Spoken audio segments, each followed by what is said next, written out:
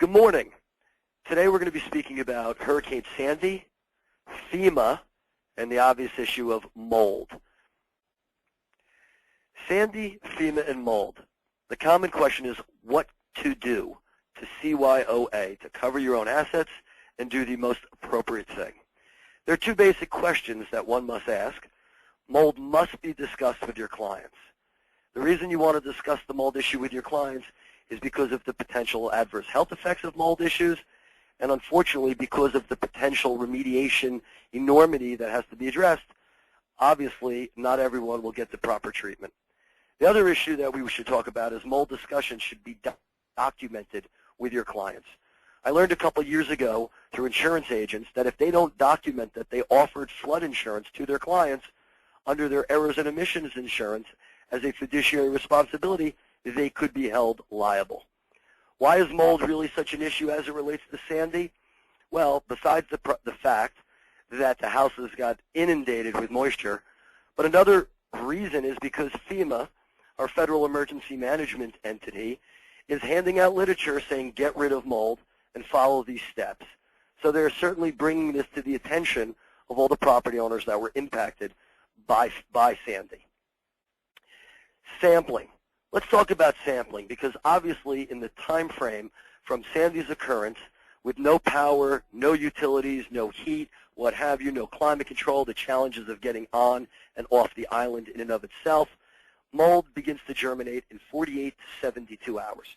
In light of that, mold has already begun to germinate within these properties. Therefore, one should consider sampling to assure the occupancy is safe for habitability prior to doing any rebuilding.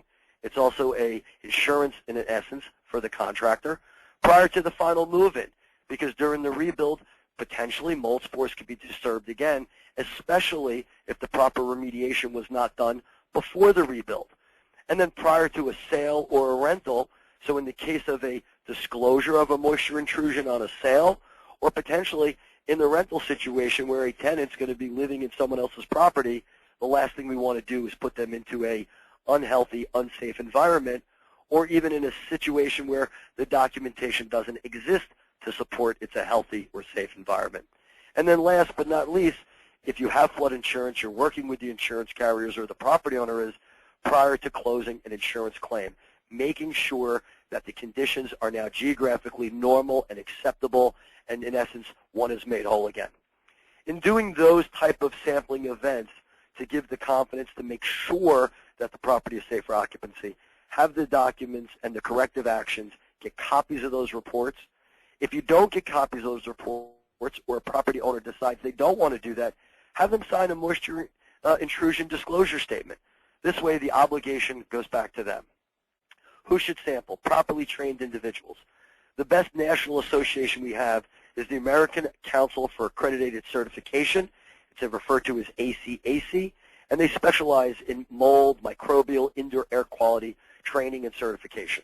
If you can't find someone who's an ACAC member, a certified industrial hygienist, an industrial hygienist, or other valid qualifications would certainly be sufficient. What sampling can tell us and what it can't? Sampling at best can tell us if the conditions appear geographically normal. Unfortunately, what we can't say is a property is completely mold-free or mold safe because molds are allergens and everyone addresses an allergy different based on their genetics. With that being said, if someone informs you they will certify, guarantee, or warranty a related mold remediation, my recommendation after 22 years is to run for them. Mold is part of our universe. It's natural. It's naturally occurring. And nobody can assure you that a property has no mold in it. Proper remediation. Properly, first and foremost, one has to remove all affected materials. Then they have to wipe down with a nylon scrubbing brush all exposed carbon-based surfaces with some type of fungicide, a spore killer. After that, you want to completely dry and validate that it has been properly dried using moisture meters. Upon completion of that, the final step would be to encapsulate all the exposed framing and carbon-based materials with a non-water permeable product whereby you are entombing or burring or burying any remaining spores that may have burrowed into the wood framing. And then a visual followed by sampling as validation. And sampling should be legally defensible, by a reputable entity. Does a mold problem exist? Most molds are harmless. Some molds can be allergenic. This was an acute exposure, not a chronic, so we're not as concerned about what I would call the more chronic substantial molds. If people are feeling uncomfortable or sensitivity, one should do further investigation. The number one principle, though, of any mold project or goal of a remediation is to treat impacted areas to secure the existing growth from future or regermination. Proper mold remediation is removal of the mold spores, not necessarily purely relying on killing them. Foggers and haphazard spraying, etc., by the national associations is typically not considered a proper remediation.